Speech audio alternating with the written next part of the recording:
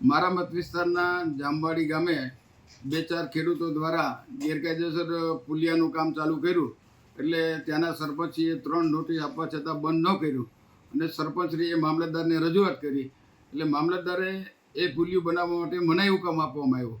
એટલે એ લોકો ડેપ્યુટી કલેક્ટરમાં અપીલમાં ગયા અને ડેપ્યુટી કલેક્ટરે સ્થળ નિરીક્ષણ કરી અને એવો ચુકાદો આપ્યો કે 1 મીટર સુધી આ પુલ તમે બનાવી શકશો. એને બદલે 4 મીટર પુલ બનાવી નાખ્યો એની. અને એને હિસાબે ભારે વરસાદ થતાં ઝારી ઝાકરા ભરાઈ જતાં 300-400 વીઘામાં પાણી ભરાઈ જાય. અને એટલા માટે તોડવા માટેનો મેં ફરિયાદ સંકલનમાં પ્રશ્ન મૂકેલો. ત્યારે કલેક્ટરશ્રીએ આદેશ કર્યો ડેપ્યુટી કલેક્ટરને કે તમે જાતે રૂબરૂ જઈ આવજો અને ધારાસભ્યને સાથે લઈ જાજો.